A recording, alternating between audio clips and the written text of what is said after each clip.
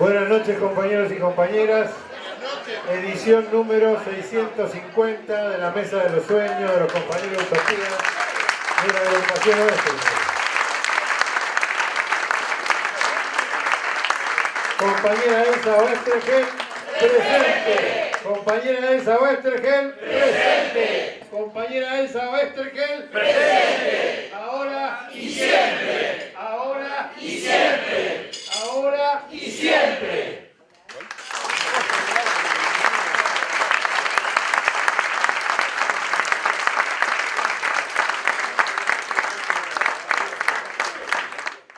Vamos a pasar un video de 8 minutos relacionado con nuestra querida heroína de nuestro tiempo, lo que nosotros llamamos Madre Coraje y mucha mujer.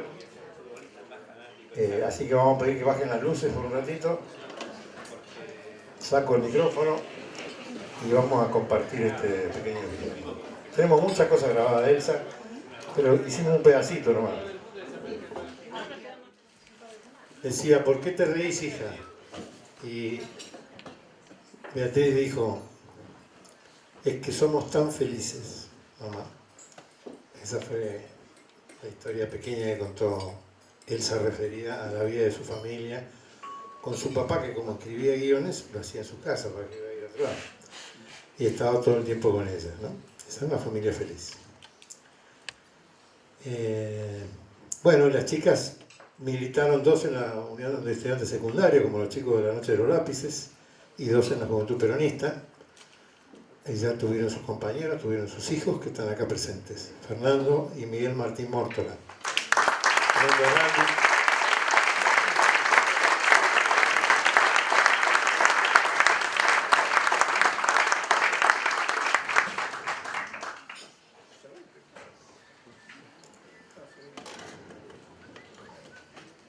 Está presente también la hija del gran dibujante del Eternauta, Marina Solano López, y sus hijos.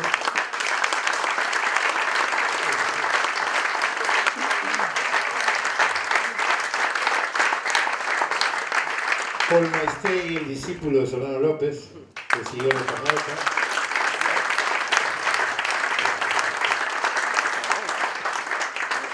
Bien.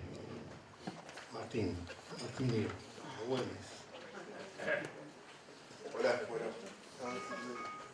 mujer, mi hermano, mi prima hermana y esa familia allá en particular que tuvimos. ¿Se escucha hasta ahí o...? Es la primera vez que fui a tantas. Yo me crié con mi abuela desde los 4 años cuando me tocó el destino, digamos, que me lleven a su casa después del asesinato de mis padres. Directamente fuimos ahí a la casa de las Cañitas, que era la casa en donde ella había nacido, porque volvió, ella después de Bécar volvió a la casa de su padre, que era el inquilinato de Gallegos, digamos, donde había crecido. Las Cañitas en esa época no era lo que soy. Era un lugar, digamos, de familiares de Tano y de Gallegos que trabajaban en los estudios de las caballerizas, digamos, del hipódromo y del pueblo, y vivían de eso, por eso tenían esas casas viejas atrás grandes. Y a mí me tocó encarar un momento nuevo con mi abuela, con una distancia de 50 años de diferencia, en donde yo funcionaba como digo yo porque Fer vivió en el primer momento con la familia paterna en Pergamino, y si bien teníamos mucho contacto, tuvimos un contacto diario y más cotidiano a partir de los 15 o 16 años de Fer. Pero el recuerdo que yo tengo de mi abuela, digamos, es haber sido un sostén mutuo de ambos lados y con una diferencia de 50 años. Y yo le debo mucho a mi abuela, la verdad. Y pasamos muchas cosas juntos y fue de una cotidianidad, de una intensidad que no me puedo ni explicar. Un poco la muerte de Elsa empieza a soltar de alguna forma, digamos, toda esa intensidad. Mi abuelo era consciente de que encarnaba un símbolo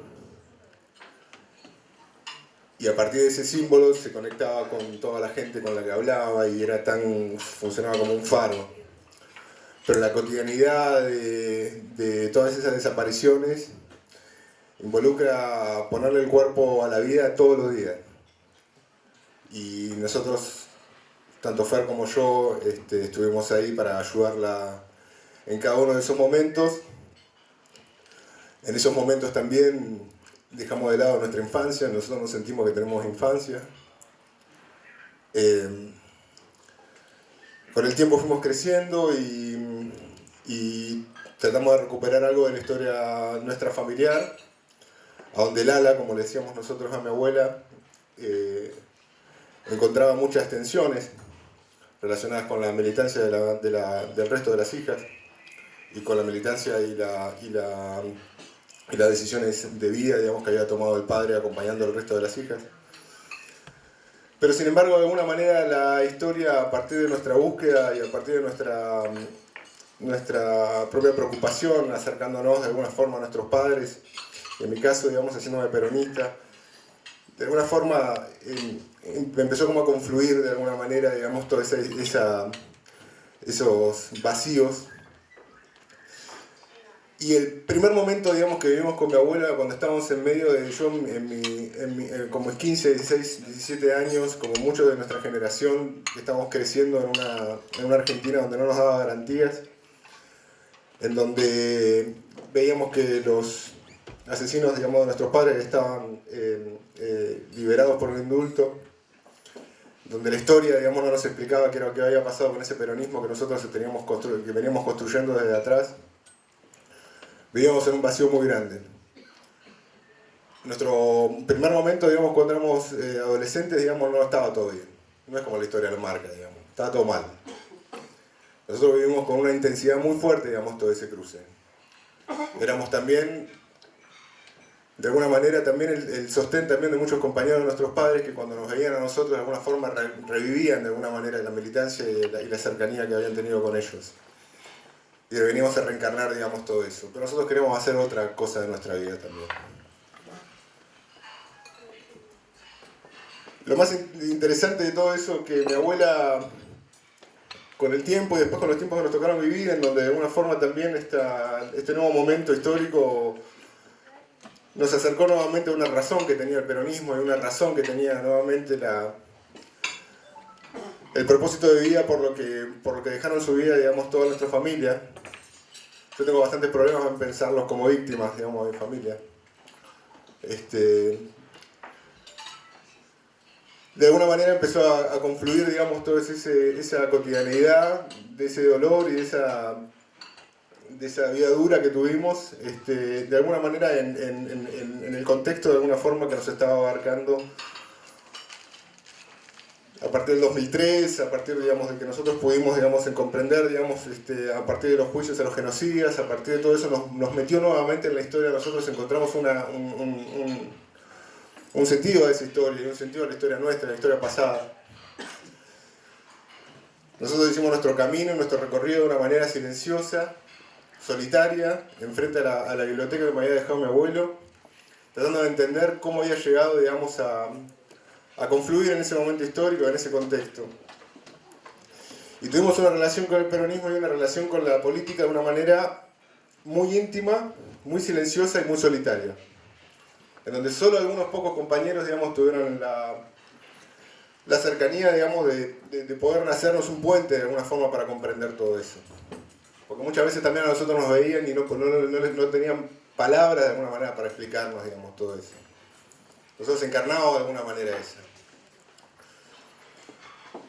Mi abuela sabía perfectamente que encarnaba mucho más, aunque tenía sus distancias y sus discusiones internas, diarias, cotidianas, en el murmullo de cada noche antes de irse a dormir, en donde yo tenía la cama al lado y me acostaba con mi abuela hablándole al marido y a las hijas. Nosotros vivíamos con eso y nos acercábamos de todas maneras y la tratábamos de comprender, porque hay una cosa muy importante, inclusive para cualquier peronista, digamos, que hay que entender también a las madres y a las abuelas también una línea de sangre. una línea de sangre, digamos, que estaba priorizando a sus hijas y estaba tratando de cuidar, digamos, a sus hijas por encima, digamos, de las decisiones políticas y el contexto también de ese momento. Lo que quiero decir con esto es que mi abuela de alguna manera sabía claramente que encarnaba ese símbolo para la sociedad y ella lo mostraba con una sonrisa y con una esperanza muy, muy fuerte, digamos, que transmitía a ella, con una luz muy fuerte. Pero el día a día, digamos, era muy difícil para ella. Digamos, eso es lo que mostraba ella. Pero se encarnaba en ese símbolo. Y cada vez que venía acá, digamos, a la Oestergel, cuando empezaba en Parrilla Rosa, con Elena Goni, etc., digamos, también encontraba un lugar de reconocimiento, de alguna manera, una cercanía con sus hijas. Es muy importante para mí, digamos, que todos nuestros compañeros de alguna forma en este momento la estén homenajeando a mi abuela. Encuentra de alguna manera en un círculo una vuelta con sus hijas y vuelve de nuevo a estar reconocida también por sus compañeros. Eso es muy emocionante para mí y con mi abuela siempre pensábamos en un contexto de futuro. Lala siempre me contaba, me decía como siempre estaba pensando, la única cosa que la llenaba de luz eran mis hijos, ¿no? Ella tenía como una vocación como materna todo el tiempo. En ese momento se olvidaba de todo. Después a mi abuela, en los últimos años, para el que no lo sabe, lo acosó una enfermedad tremenda que es el Alzheimer.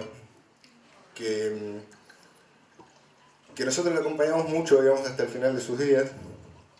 Pero el Alzheimer tiene una cosa que es una cagada realmente, que es la idea, digamos, de perderse en los recuerdos.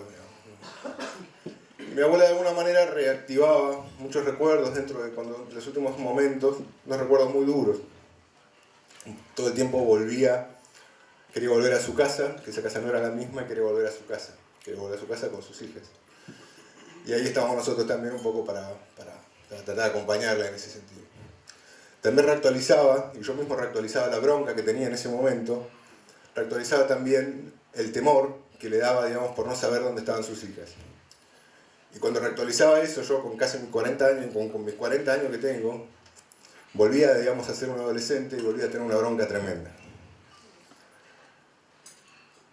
El tiempo pasó, ya nos encuentra, digamos, agradeciendo de una manera particular, digamos, porque es el primer familiar cercano que podemos enterrar de viejo, y eso nosotros lo agradecemos.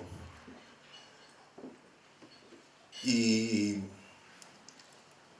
me conmueve mucho, digamos, que en este momento, con tantos actos, digamos, que la acompañé relacionado con sus hijas, relacionado con mis viejos, y relacionado con su marido. Me conmueve mucho que en esta mesa llena de gente cercana, con Martín, que no tengo ni manera, digamos, de agradecerlo todo lo que hizo estos años con esta agrupación. Me conmueve muchísimo que todo este grupo de compañeros la estén homenajeando en este momento. Así que bueno, gracias.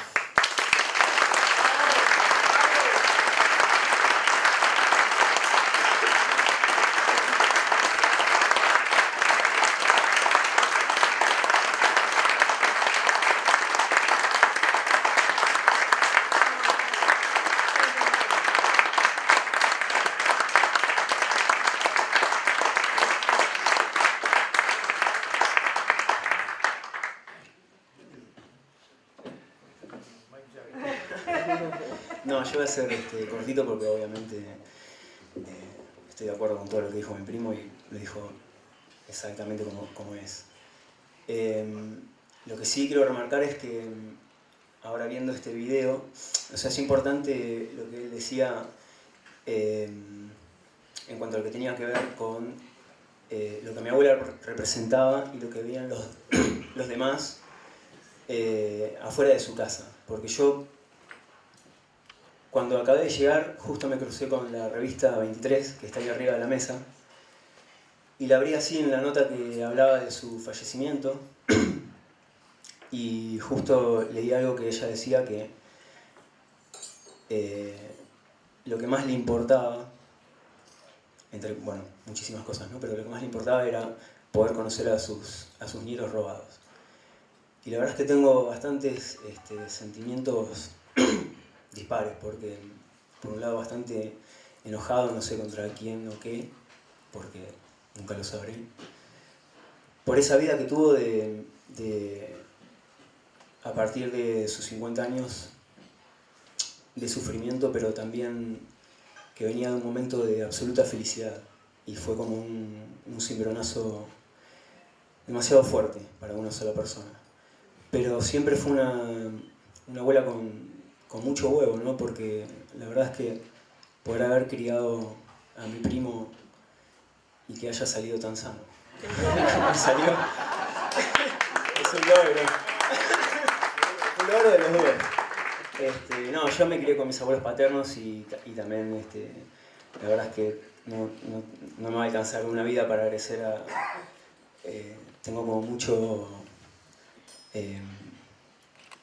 los quiero mucho, los cuatro, unos abuelos de fierro. Pero lo importante, digo, es que, volviendo un poco antes, lo que él remarcaba de lo que era el día a día también, ¿no? Del ala, como le decíamos.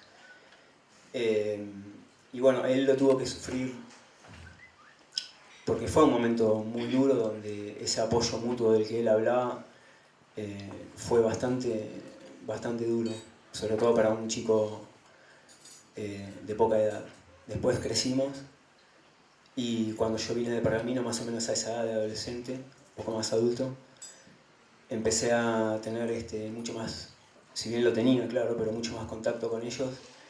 Y yo tuve como un proceso bastante diferente, si se quiere, al que él tuvo, en cuanto a saber bien la verdad de cómo fueron las cosas en mi infancia. Mis abuelos habían nacido y se habían criado en Pergamino, donde es un lugar que al día de hoy es como bastante... ahí lo dijeron. Gorila, bueno, pero si se quiere digo... y bueno, ellos a mí hasta cierta edad no me decían, no me contaban mucho la verdad. Y me acuerdo unas vacaciones, donde yo tenía 11 años, que me fui con mi primo y con Lala, nos fuimos a San Bernardo, y habíamos ido con unos amigos de él. Y en un momento en que yo quedé solo con ella, me empezó a decir toda la historia. Jamás me volví a dar de eso, porque fue como una... no era raro, pero simplemente a mis 11 años, cuando yo venía de otra atmósfera familiar, cruzarme con eso bueno, después lo procesé y crecí y bueno. Pero también veo el video y la veo a ella. Yo estaba en Frankfurt junto con ella en ese momento, estaba ahí en el auditorio, y veo cuando lo que dice, ¿no? El momento de esperanza, que también tenía mucho que ver, si bien era genuino, por supuesto, lo que ella decía, porque así se sentía que lo representaba también. Y por eso Cristina la hace subir, porque Cristina también sabía muy bien lo que mi abuela representaba. Me perdí un segundo, pero...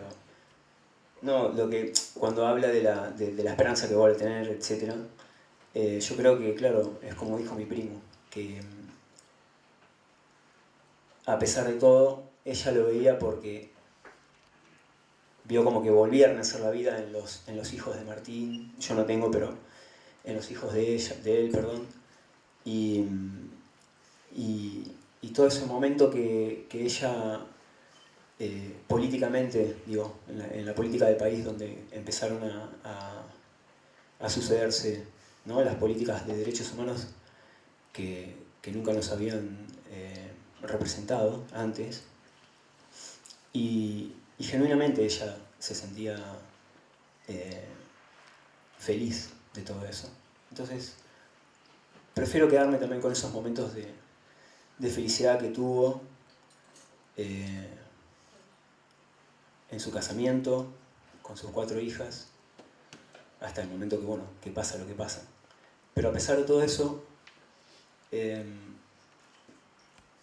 sé que lo crió a él con mucha felicidad también, con mucha alegría, y eso se nota, tenemos muchas fotos donde se nota, tenemos gente que, bueno, que simplemente todavía están y que nos cuentan. Y nada, yo prefiero, la verdad, quedarme con eso. Estoy, como dije antes, un poco contrariado por esa vida, pero me quedo con eso y saber que en mayor o menor medida, mucho más él, claro, porque fue quien se crió con mi abuela,